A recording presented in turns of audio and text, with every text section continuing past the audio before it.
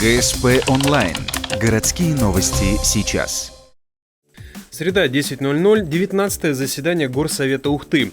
Первым на повестке дня вопрос о награждении знаком отличия за заслуги перед Ухтой директора гимназии иностранных языков Валерия Чеботарева. Рядовой, казалось бы, вопрос неожиданно вызвал дискуссию. Аристарх Анисимов заметил, дескать, у других заслуги не меньше, почему именно этого человека надо награждать. И к тому же на заседание его не пригласили.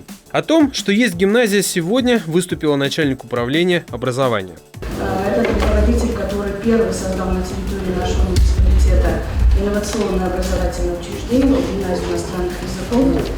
На протяжении ряда лет гимназия является лидером образования на территории не только нашего муниципалитета, но и республики Коми в целом.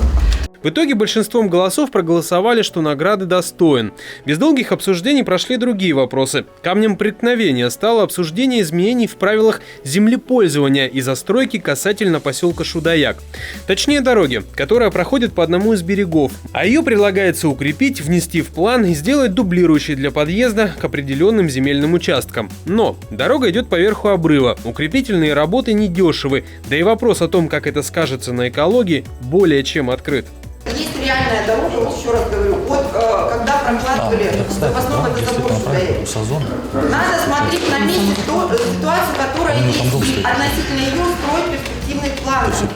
В процессе обсуждения прозвучало, что муниципальных дорог на этом месте сейчас официально нет. Организация транспортной схемы согласно нормативам обойдется неизвестно во сколько и многие другие нюансы. В итоге решили отправить вопрос на доработку. Поедет ли кто-нибудь лично посмотреть обстановку на месте, а не только на бумаге, неизвестно. В любом варианте окончательное решение перенесли на потом. Следующая, внеочередная сессия Горсовета пройдет, скорее всего, 14 февраля, в День влюбленных.